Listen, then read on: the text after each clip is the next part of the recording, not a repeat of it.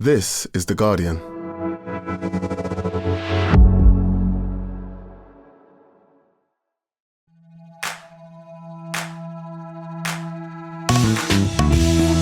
Hello, I'm Faye Carruthers and welcome to The Guardian Women's Football Weekly. Lionesses fans, is everyone okay? Was that actually easier than any of us expected? England lived to fight another day after a 4-0 battering of the Netherlands. Tactical tweaks and James at the double see Sarina Wiegman's side go second in Group D. Wales are hanging on by a thread despite a Jess Fishlock equaliser. France have a foot in the quarterfinals after a 4-1 victory in St Gallen. And we finally have some predictions right as Germany and Sweden progress to the last 8 in Group C. We'll dissect all that, plus we'll take your questions. And that's today's Guardian Women's Football Weekly. What a panel we have today. Tom Garry, how are you? Good morning, Faye. Yes, I'm much happier this morning after last night's England performance. It was one of the great nights to be a reporter on the England women's team, wasn't it? What a fantastic performance from Sarina Wiegman's team. I put in the group last night, I've never been more grateful for being so terrible at predictions because I thought it was all going to end in disaster. And I'm delighted to say it didn't, as is Sophie Downey, no doubt. How are you? I'm good, thank you. Yeah, the Lionesses would have ruined my birthday if they'd lost, so thank you. Again, literally, we've now discussed your birthday 5 times, and even in the intro, I still forgot that it was your birthday. Like, this is what an early record does to your brain. Happy birthday, Soph. Is that a new birthday hat? No, this is my Red Roses hat. So, oh, of course. Supporting both England sports. You've decorated the Airbnb with shirts in the background as well, which looks wonderful. What did you get for your birthday? I don't actually know yet. Rachel's still Is that asleep. because we're recording so early that you haven't even had a chance to open presents? I'm so sorry. Birmingham City boss Amy Merricks joins us. It's for the first time another debutante. How are you, Amy? Yeah, I'm well, thank you. Looking forward to it. Looking forward to talking about the games. Yes. How much have you enjoyed the Euros so far? Yeah, loving it. I think the group stage is unique because you get real diverse opposition and game strategies. So yeah, really loving it and excited now that England have picked it up and back to where they are. Yeah, well, fingers crossed. It's a slightly easier route from now on, but we shall see, because it was a lot less stressful, let's put it that way, last night than the France game. An emphatic win over the Dutch. None of us needed to panic in the end, did we? 4-0 against the Netherlands, which surprised everyone, I think. It means that progress to the knockouts is now in their control, which no one would have thought just a few days ago. A brace from Lauren James, goals for Georgia Stanway and Ella Toone saw the Lionesses finally get their Euro 2025 campaign up and running. It was quite the performance and quite the opposite from their opener. Alessia Russo described it as proper England performance, one where we'll work hard until we can't run anymore. What did you make of it, Tom? England were magnificent, Faye, weren't they? They were absolutely magnificent. They've been talking a lot, we understand, in the dressing room in the last few days about this phrase they use, proper England. Sarina Wiegman said that the players first sort of coined that phrase after they drew with Portugal in February, and then they backed it up by beating Spain at Wembley.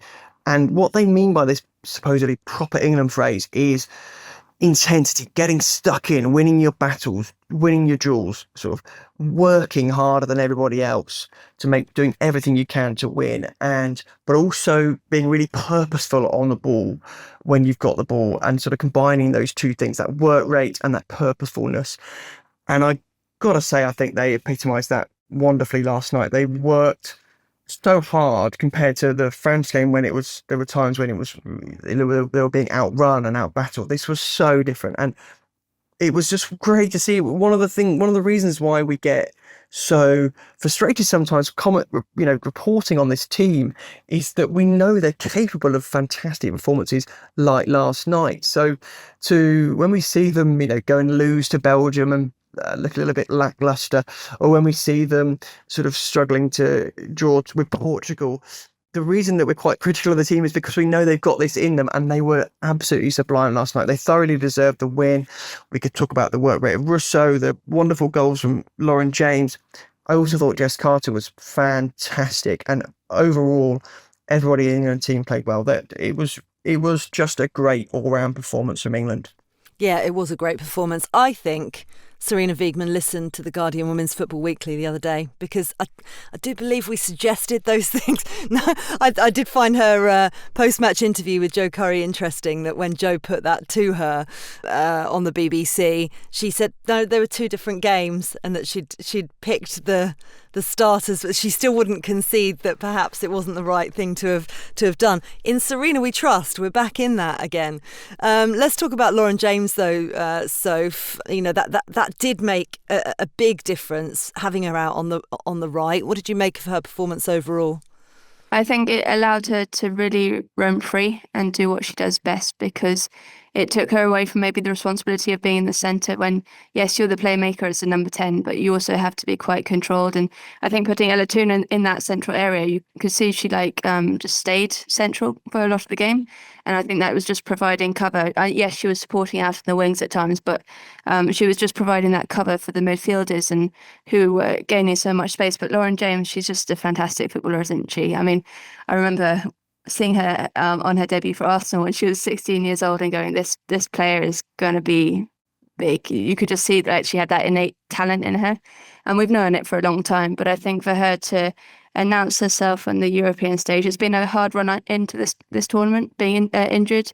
You know, there has been a race against time for fitness, and I think that's why we only saw her for 60 minutes, and she kind of faded a little bit in the first game, is because she'd not played a full match since April or March or something like that. So this was her real time to shine. I think she has a real good relationship with Lucy Bronze down that right side as well, and it just allowed England, because she inverts quite a lot, so she can vary it up from being down that right side or coming in, and she's that kind of free roamer where she can just be allowed to do what she wants and create what she wants in the ball. And I think the first finish especially was a finish only Lauren James can make. She is, you know, the way that she put that shift into space and put it away, it was just superb. Yeah, I mean, the confidence to do that in the first place. But I tell you what, I just love seeing Lauren James playing with a smile on her face, and when she came off, she just had this huge beam on her face. You don't see that often. I think she really enjoyed herself.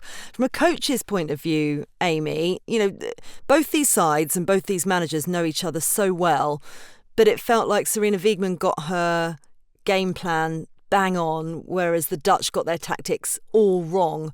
You know, we talked about Viv Miedema can create something from nothing, but she only had 8 touches in the first half. You can't create a lot if you don't touch the ball a lot, although we have seen her do that, to be fair. But where would you say that this game was won and lost? Yeah, absolutely. I think you're so right there, Faye. England's game plan was perfect.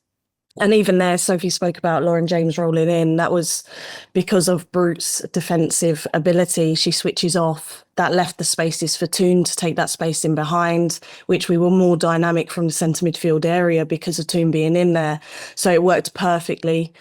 On the flip side of that, Netherlands did not look like the Netherlands against Wales. And that's credit to England, but also something wasn't quite right there. I felt like a huge miss, Danielle van der Donk not being in there, which I shoot myself for saying because I don't like the club she's just signed for obvious reasons. However, you know, Hannah Hampton is excellent distributor with the ball. We all know that. The fact that she could play those passes from the ground, from a goal kick, into the top line, into space, and it literally slices through everyone in that team. You're thinking, everyone knows Hannah Hampton can do that, right? So Netherlands went into that player-for-player press, but it just allowed Hannah Hampton to dictate play from the goal kick, which created 2 of those goals.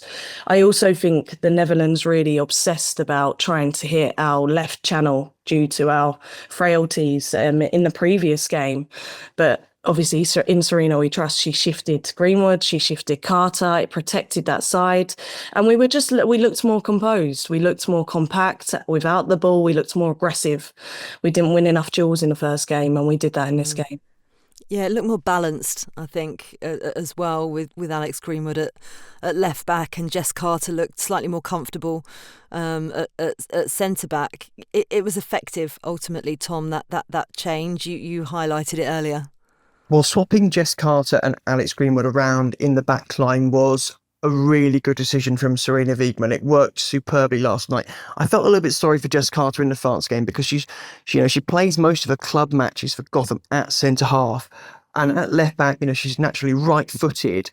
You could tell she was really uncomfortable against France, coming up against somebody as quality as Delphine Cascarino. So she looked so much more at home at centre-back, and it worked really, really well. I mean, she didn't give Miedema a sniff all night long. And at the same time, Greenwood, being left-footed, although I would say Greenwood's best position is centre-half, she looked much more comfortable at left-back than Carter did. And it just worked really well tactically last night. It still enabled Greenwood to do her distribution without, England looking quite so vulnerable defensively. And I suspect now they have found the back four that they will stick with in that formation for the remainder of the tournament, because it was so effective. And I think that was something that they've really got right last night against the Netherlands. My gut feeling is that both players would prefer to be at centre-back.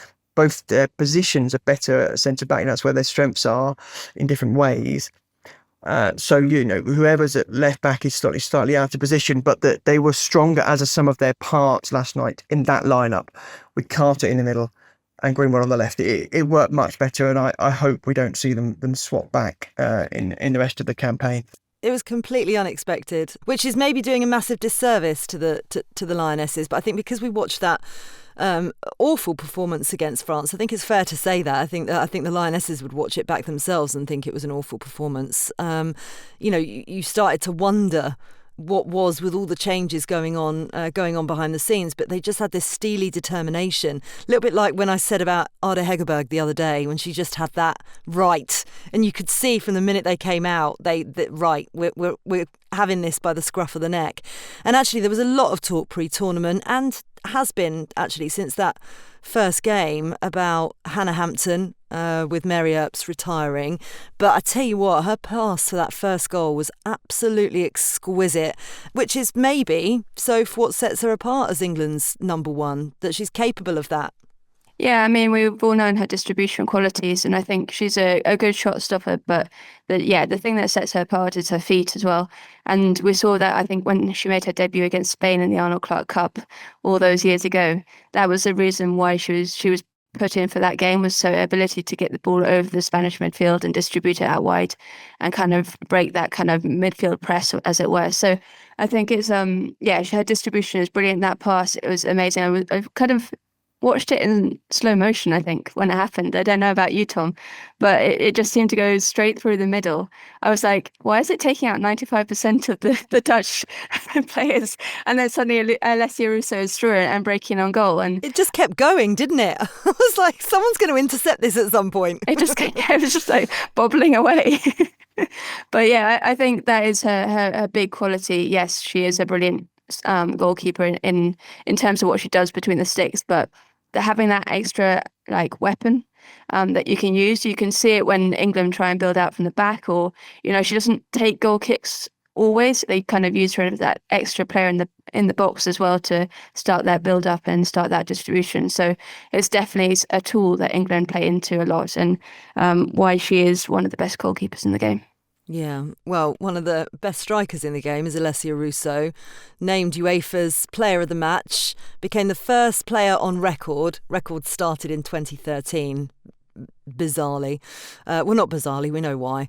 Register 3 assists at Euros. We talk so much about her goal scoring, but actually her out-of-possession work and qualities in the build-up came to the fore this time, Amy, even though you could tell how frustrated she was not to be on the score sheet.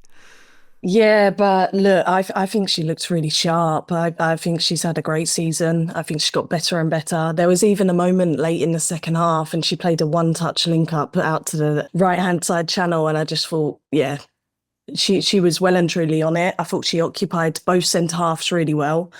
Coming back to the game plan again, I thought England were really intelligent when they were in the final third, and Russo occupied the left centre-back. Knowing that Bruce was late to recover, that left her and Lauren James free at the back post. So I felt like everything about Russo's game last night was on point, technically, tactically, and she created a lot of it. And she just knew it, in my opinion, she knew that she was going to have the beating of the centre-backs, both coming to feet and going beyond. And also, the pass completion rate was so much better than we saw. Yeah, they were against closer France. to her, right? Yeah. They were closer to her. She wasn't isolated. They were just aligned. Their strategy was aligned. You could see Toon working a lot higher. Even sometimes it looked like a flat 2 because she was up high enough, which probably gives her a sense of confidence to be able to play the passes early, quickly, or make the run because she knows someone else will then occupy the space. Let's talk Netherlands, shall we? Because there were some strange decisions by Andries Jonker, Tom. I mean, Amy mentioned it already, but keeping a fit Danielle van der Donk on the bench was bizarre. Nobody could quite work that out. Didn't see her until the 66th minute. He made a triple change at half-time that saw midfielder Sherida Spitzer go into central defence. What did you make of his decisions? Yeah, Jonker sort of pressed the panic button at half-time with the triple change. They weren't massive improvements, to be honest. Didn't matter who was on the field last night. The Netherlands were always second best to England in terms of the performances last night. And there was actually some criticism from the Dutch media of Jonker at the end that he hadn't started Danielle van der Donk. And a little bit of disparity between the explanations. Van der Donk had said to Dutch media in the mix zone that she had felt she was ready to start the game, whereas when Jonker was asked about that, he said that he had a discussion with the medical team and also with Van der Donk and explained that she could only play 20 to 25 minutes. He said there must have been a miscommunication or a misunderstanding, but it was at times quite tetchy between the Dutch press and Jonker in the press conference last night. There, he was at one point accused of maybe being too attacking there. One of the journalists asked him, if they should simply accept they're not a world-class side and therefore set up in a more conservative way to try and defend better against what the Dutch media were calling like stronger teams, whereas Jonker hit back and was then sort of insisting that no, the Netherlands were in that world-class bracket, but they just had an off day, and it became quite a tense press conference for the rest of the evening. He did, I should say, Jonker, accept responsibility for the game plan. He said, it was my game plan, I bear responsibility for that. But he admitted that they had thought they had the game plan to, in his words, compete with England. And he said, realistically, it turned out they did not. Yeah, it's interesting because I thought he would come out particularly fighting in this game, bearing in mind he's made it very clear that it was the Dutch FA's choice and not his to move him on after the tournament. And of course, it's Sarina Wiegman's assistant, Ian Vuurink, who is taking his job effectively after the tournament. So the fact that he has to, go against his replacement in the opposite dugout for this game, I thought would give it a little bit of extra spice. But it certainly seems like there's a bit of drama going on behind the scenes. So do you think it's impacted all of that, the squad at all? Well, it can't be helpful, I'm sure, when they hear, it wasn't just this press conference that was tetchy, it was the one before the first game against Wales where he had a proper argument with one of the journalists in the press conference because I think he was accused of just making a puppet show, and he said this is not a puppet show or something along those lines. So he took exception to that. I think that's a strange question to ask, to be fair. I mean, from my experience with the Dutch press as well. The English press get a bad rep, but definitely the Dutch press, their questions are a lot harsher sometimes, I think. So he had to deal with that in the build-up, and I guess in some ways it might look like he's protecting his team, but I think the argument that's sort of simmering beneath the surface with the Dutch FA is not ideal for preparation for a tournament. He obviously didn't want to leave the job. He's been replaced against his will, as it were. And I guess that puts you in a really, really tricky position as a manager where you've been told you have to see out the tournament. I think he went on a podcast and implied that maybe he shouldn't have seen out the tournament. Maybe he should have just gone. So I think it's a bit disturbing behind the scenes for sure that, all of this chaos is happening. I just think it's strange to announce it. Why would you announce it? Unless they had to because it had got out. But I don't know. I just think that's not ever going to help your preparations at all, is it? Right, so Wales away England next, Amy, and England now know that a win's going to see them through to the quarterfinals. It's a very different challenge from the previous two games. How are England going to approach it? Yeah, I think firstly Wales did well last night, despite the scoreline. So I wouldn't underestimate them. They've changed their shape, they've changed their structure, and actually, arguably, it suited them a lot better last night. However, I think if England play with the energy that they did last night, it could be quite a tough night for Wales, especially considering it's the third game in quite tight concession for them to work with. I think we've now got to continue being aggressive and front-footed out of possession. I think that prevents us from them being on the back foot.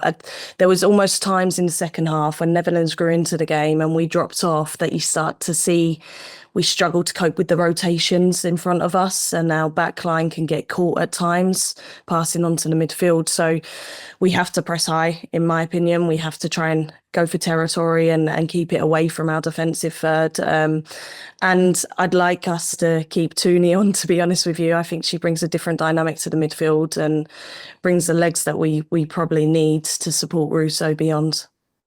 Yeah, I agree with you with all of that. And because they know what's at stake, I think they'll be ruthless. I mean, they would always be ruthless anyway.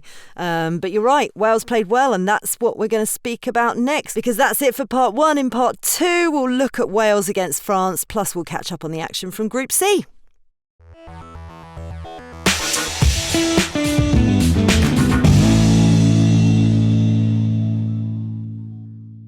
Welcome back to part two of the Guardian Women's Football Weekly. Right, let's move on to Wales, who took on France in St Gallen. It finished France 4, Wales 1. Clara Matteo opened the scoring, but Jess Fishlock hit back to equalise just 5 minutes later. Kadadiatu Downey scored a penalty just before the break, putting France back in front, and they consolidated that victory with a further 2 goals from Amel Madri and Grace Guerrero. We'll come to the game in due course, Tom, but we've got to start with Wales's moment of history. They had to wait fully for that celebration. Lovely VAR always putting the restraints on any kind of celebs, but their first goal at a major tournament, and it was, of course, you could have written it, Jess Fishlock's name on the score sheet. Look, we could have predicted it was going to be her, and it was scrappy, but it went in. Oh, Faye, I was so happy that it was Jess Fishlock who got that historic goal for Wales, their first women's major tournament. I don't think you will find anybody in global women's football who wasn't smiling at the fact that it was Jess Fishlock, and when you saw what it meant to her and her Wales teammates. She has given so much to this team. She's put her heart and soul into playing for Wales. She's committed to travelling back across the Atlantic for all their fixtures, no matter what. She's been so committed to this cause, and it was just fitting that it was her who got her name on the score sheet. I think, even though it was quite a scrappy goal, it will go down in the history books of Wales, and it was a special moment for them and her. She fully deserves it. I mean, she's been part of this setup for essentially 2 decades, and nobody deserves it more. It will give Wales a lift as well, because now they've got a moment to savour. They've broken that barrier. They've scored at a tournament. There's still a big quality gap against France and England and Netherlands, but they did improve. They were a bit braver with the ball last night. I thought Kerry Holland played really well, made some good runs, and there were things for them to cling on to, and they've improved. And England cannot be complacent when they go and play Wales. One of the reporters in the England media conference with Sarina Wiegman last night was sort of hinting that, should Sarina Wiegman make changes? Because, quote, you've only got to beat Wales by any scoreline now. And I think Sarina Wiegman came straight back on that very strongly and said, listen, we've got to be really careful not to be complacent. Don't assume we can beat Wales. It's still a good team. But we all know there is a gap in quality and resources. And hopefully now Wales can, use this tournament as a platform to qualify for further campaigns more regularly. Yeah, the plucky Wales narrative's annoying me a little bit, because I think it's really disrespectful. I actually think they've played really well in both their opening games against, opposition of France and Netherlands. I think that has to be put to bed. I'm bored of it now. And actually, they did get off to the perfect start, France, but we all hoped an upset could have been on the cards when that equaliser came, and they got behind France quite a few times. So, what do you think that was down to? I think since Rhian Wilkinson's come in, she's made Wales a very good, compact defensive unit. And that's been, before this tournament, before the final Nations League game, I don't think they conceded more than 2 in a game in that Nations League A, which is pretty impressive given who they were up against. So I think she has made them compact. She's made them more resilient and more like harder to break down, I guess. I think last night it was a combination of things. It was them improving a little bit or learning a lot from that first game. But I also do think I was a bit surprised by the 7 changes that France made. 7 is a lot of changes. And I think to do that in a second game is a bit mad. Is there a little bit of arrogance there with that?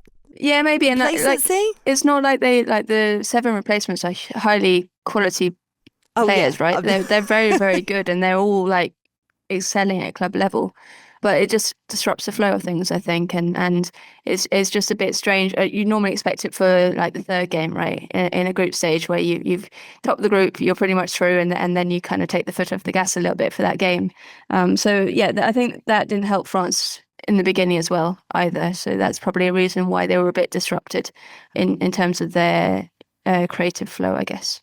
I mean, timing is everything, isn't it? And it happened to them in their opener, France, with Netherlands and Viv Miedemar's goal just before the stroke of half time, and then we get the Downey penalty pretty much at the same time, which was a momentum killer for Wales. Conceding early and late in halves happens quite a lot when you've got younger developing teams, Amy. Why do you think that is? I think, you look at Wales and they've said themselves, they know they need to suffer. So that penalty came at the back of bouts of not having the ball for periods of time. And when you're defending that low, it needs a lot of concentration and a lot of focus. And I think that happens, doesn't it? I applaud Rhian. I think she made some really brave changes, like the goalkeeper change, bringing in Middleton-Patel, and I thought she did really well. I thought the structure change. They had a solution to a lot of the problems, such as the high press that France used, and they looked good. They looked aligned, and they looked pretty fluid when they had that ball as well. They caught France out. France had a real high back line. Quite naive, in my opinion. Holland's very good, double movement, exploited it. Fishlock followed it up. I was really pleased for them. It's just being able to sustain it. And like you said, late on, just before half time, that penalty was a real blow. And actually, Rachel Rowe mopped it up. So it's a shame, actually. But, Kerry Holland has been excellent in both games. So it's more a shame for her. And it was a pretty poor penalty, if I'm honest with you. It just seemed a little... The whole game, I'm going to be brutally honest, from France's perspective, and they made 7 changes, and it helps them now, right? They have fresh players. I think they'll do it against the Netherlands because they'll be sharp and they'll be ready. So it's worked in that context, but it also quite naive, and it was passive. The game was passive from them. And that's going to happen with that amount of changes. Yeah, it was a difficult watch at times, actually, the game. And you mentioned Safia Middleton-Patel, 5th cap on the biggest stage, 20 years old, massive experience for her, Tom. Olivia Clark swapped out as a result. What did you make of Rhian Wilkinson's decision? Well, there was a bit of a gasp around the press room in Zurich amongst the England press pack when everyone realised that Safia Middleton-Patel was playing, but in a nice way. I think everyone was really pleased to see her get that opportunity. She's had to be so patient to wait for her big moment, not just for country but for club as well. If you think about the way that Manchester United operate with their goalkeepers, it's really rare for anybody other than the first choice goalkeeper to play under Mark Skinner. So Fallon Tullis-Joyce has played not just league but cup as well, including League Cup, and for almost all of the matches. So Safia Middleton-Patel has had to be really patient, but I was thrilled for her that she got that chance on the big stage, which she can now learn from and take so much experience from. I think she would accept that she could have done better with a couple of the goals. I don't think it was her finest performance, but she also did make some really good saves, particularly late on. I really liked the one diving down to her left, low to palm away a bouncing ball that was quite awkward. And I think she should take a lot of encouragement from some of the good things that she did. And now, she's only 20 years old. She's still a really young goalkeeper. So there's a lot for her to build on now for the future. Yeah, without a doubt. She'll be disappointed with the goal that she gave away, no doubt. But I thought she made some great saves. Almost got to the penalty, which was a poor penalty, but she she almost got there, even though she'd guessed the wrong way. Her legs almost caught it. But yeah, I mean, what a prospect for the future, without a doubt. Not so much a prospect for the future, but still someone we absolutely love, Sophie, one of your namesakes, Sophie Ingle, I want to just discuss. I mean, she got 3 minutes, came on for Jess Fishlock.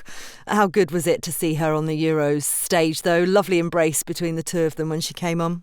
You could just see how much it meant. You know, Sophie Ingle has been such a servant for the Wales for so long. And she almost, I mean, when you think about how she almost didn't make the squad, she did her ACL in August 2024. She hasn't played a minute of football since until last night. So it's for her to be able to come into this team, get fit enough and recover. I mean, she's not in the early stages of her career either, is she? She's in the twilight of her career. So to be able to fight back like that, get herself ready, have that drive to get herself to the Euros. And, you know, there must be days when you're recovering from that injury and you're thinking, I'm not going to make it. You know, you've got such a tight timescale, realistically, in that period of time. You know, ACLs can really, you know, take a long time to recover. So the fact that she got that moment, and you could just see how much it meant to her, how much it meant to Jess's smile on her face as she went over to swap places with her. And then it panned to the crowd, and there was a lot of emotion within the red wall as well. Everyone knows how much it meant. I think Sophie Ingle has been one of the underrated midfielders of her generation. She does so much work in terms of what she's done at Chelsea, but because she's surrounded by the more glitzy stars, I guess, at Chelsea, she never quite got the credit I think she deserves for holding that team together. And I think it's the same at Wales. She is such a world-class midfielder. I'm so glad she got to go to Team GB and do an Olympics as well. And I think that just shows what kind of calibre she is. So for her to have this moment with her country, which she captained for a long time on this stage, is incredible. Yeah, and they've still got a faint glimmer of hope. It's very faint, but it's still there. They've got England next. We've talked about that they're going to be so up for it, Amy, as well. And it feels like there's so much more to this fixture. What kind of Wales are going to come out to try and upset England? Well, I think a large majority of those players in that Welsh side play with a lot of the English players or have played against them. So straight away, you've got an extra bit of bite. You know what to expect. You referred to early goals, and I think Wales will be used to maybe the tempo that will be set a little bit earlier now. They've got 2 games under their belt. They have got better every game. So I think we're going to see probably a lot more direct play from Wales, certainly down those outside flanks. I think they can utilise Holland in those positions, but also Fionn Morgan. I think she shows a lot of pace, and that's an area that England will have to be really mindful of. I think it'll be a real crunch match, to be honest, and I think England cannot be naive because, like I said, Rhian has had solutions to every problem. They haven't always come off completely, but they have created opportunities for them. All those little things, even the set pieces, we're going to have to be alert and ready and really make sure that we keep the tempo of our ball play high. What Wales do really well is they slow down the opposition. They did it to France again last night, and they force you into long balls, and long balls don't work against a low block. So we need to avoid that, and we need to utilise our midfield effectively to make sure that we can break down that block. Yeah, so that's 8 o'clock in St Gallen, England against Wales. That's British summertime, by the way. And Netherlands-France is at the same time in Basel. And I tell you what, that game, Netherlands-France, Tom, could make the group very, very interesting. How do you think it's going to go? Well, on the evidence of last night's matches, it's really hard to see anything other than a France win against the Netherlands. But then that's what I guess I thought after France beat England. You would never have really foreseen England putting in that fantastic 4-0 performance. And maybe the Dutch team can surprise us with their bounce back ability. But realistically, if we look at the quality in the France side and the fact that France were able to rotate a bit against Wales and get some fresh legs in, you can only really see a France victory if you think about how much those Netherlands fullbacks struggled against Lauren Hemp and Lauren James. And now, it's going to be even more challenging. Now they're going to have Sandy Baltimore running at Kasparai down the French left, and you're going to have Cascarino running at Esme Brooks down the France right. So it's not going to get any easier for the Dutch, and they've got to win by a sizable margin of goals to overturn the head-to-head. If England were to beat Wales, as you would on paper expect them to. So it's going to be really tough for the Netherlands now. They are staring at the real possibility of going out in the group stage, which when you think about the fact they won this competition just 8 years ago, it would be a massive disappointment for them. And they once again, are victims of this really difficult group, and adding to that their own poor performance last night here in Zurich. Yeah, so those final Group D games come on Sunday, which is the 13th of July. Various complicated permutations involved, but the bottom line is if England beat Wales, then they're through. Wales must beat England comprehensively to have any chance of getting through. Before we go, let's look back at the two Group C fixtures that took place on Tuesday. Sweden and Germany progressed to the quarterfinals. Christian Vuk's Germany booked their spot with a 2-1 victory over Denmark. Amelie Vansgaard sent the Danes into a first-half lead, but Shuka Nushkin's penalty and Leah Schuler's finish saw Germany complete the comeback. It was a dramatic game, Tom.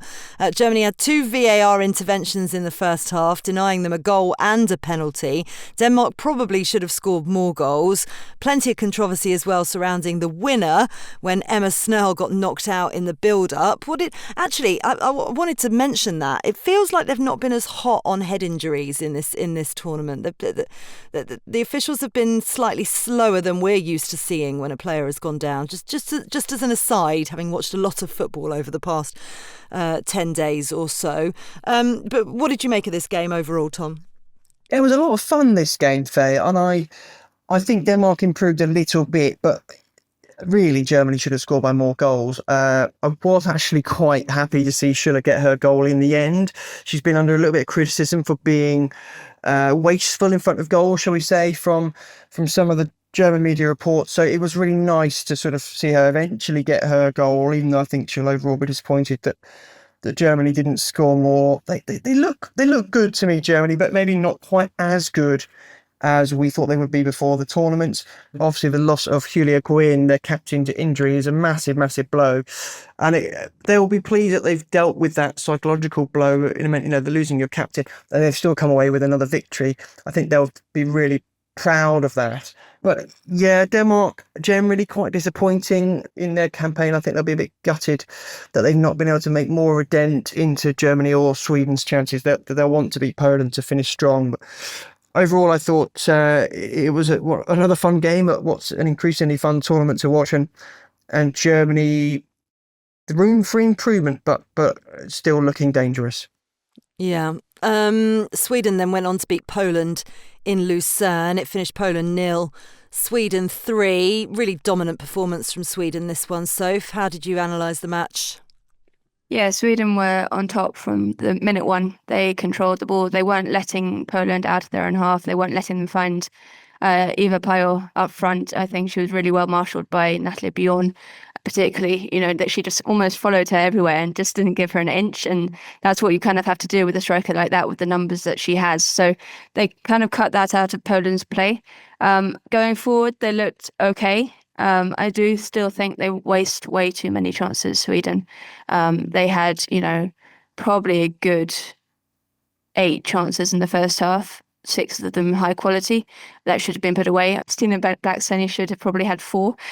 She literally missed 2 open headers and a goal. So it was saved that she should have put on target, I think, a bit more. So, but she got her goal, got them up and running. And I do think at half time, he probably, Peter Gerhardsen probably made them very well aware of what can happen when you have a striker like Pajor on the pitch, and that they need to go out and kind of take it by the jugular, I guess. And Kosovare Asllani did that. It was her 201st cap for Sweden, which is quite ridiculous. She got an assist and a goal in that game, and there were 3 headers goals, so that kind of shows where their strength is. I think they do struggle to score from other variations at the moment. So yeah, things to work on for Sweden. It looked dominant, it was dominant, but I do think there are a few holes in there which can be exploited. Yeah. Okay. So how are Germany going to exploit them then, Amy? Germany and Sweden meet in Zurich on Saturday in the battle to top the group. Obviously 2 heavyweights of the game, which hopefully means a very exciting match. Yeah, I think it will be a great game, actually. I think I agree with Tom, actually. Both are waiting to get into their real attacking flow. And Sophie mentioned it about Sweden as well. Germany, for me, are really strong, but when it gets to the final third, they're so disjointed. It's really breaking down. Schüller looks isolated in the box. They make incorrect decisions. I think if Germany can get their attacking central midfielders higher and to progress with play quickly enough, because they do break wide very quickly with their fullbacks and their wingers, then they'll punish Sweden. I do think that. But I wouldn't write Sweden off. They have a lot of experience in that side. And Sophie said they're very good at managing the game. They're managing the tempo of the game, which could help. But if Germany get into their flow, I think they will go further in this tournament and do well. But we're waiting for them to really click in that final third. Yeah. So that game, 8:00 British summertime in Zurich. Bit of a dead rubber, but Poland, Denmark at the same time in Lucerne. That straight shootout in Group A, by the way, takes place between Switzerland and Finland tonight. That's Thursday night at 8 p.m. in Sion. Because I asked, if you remember, someone Swiss to get in touch and set me right on the pronunciation of Sion, and Raphael Iberg obliged. Dear Women's Football Weekly podcast staff, thank you for all the podcasts. Sion is pronounced exactly like Lyon. It's a French-speaking city. On are just one sound in French. Their Wikipedia page pronounces it for you. Keep up the good work. Go England tonight. Thank you, Raphael. You gave us luck. I appreciate that message coming from Switzerland. Much appreciated. I can now carry on knowing the right pronunciation. I'm so terrible. I always look, and then we looked, didn't we, Soph? And there were about 3 different pronunciations of it. So thank you for clearing that up for us. Right, let's look at what's going on in Morocco, the latest WAFCON action. Morocco themselves lighting up the tournament with a dramatic 4-2 victory over the Democratic Republic of Congo. Captain Ghislaine Shabak was on the score sheet again with a hat-trick, launching a comeback after Merval Kanjinga had given the Congolese the lead. Flavine Mouetti briefly levelled. Yasmin Marabat's penalty made sure of the win for the hosts, though. Elsewhere, Barbara Banda scored twice in Zambia's 3-1 win over Senegal to put them on the brink of securing a quarter-final spot. Some more transfer news back in England as well. Germany midfielder Sydney Lomans signed for Manchester City. Not particularly surprising, bearing in mind the club shop started selling her jersey last week. Wonderful. Everton have signed another Japanese defender as well. Hikaru Kitagawa has signed from BK Häcken following the signing that I mentioned the other day of Rhian Ishikawa from Urawa Red Diamonds. Aston Villa as well have signed Ellie Roebuck from Barcelona. She is back in the UK. And you reported yesterday, Tom, Liverpool have been talking to former Manchester City manager Gareth Taylor about their vacancy. What more can you tell us? Yes, our understanding is that Liverpool have held talks with Gareth Taylor, and they've been talking for quite some time, we believe.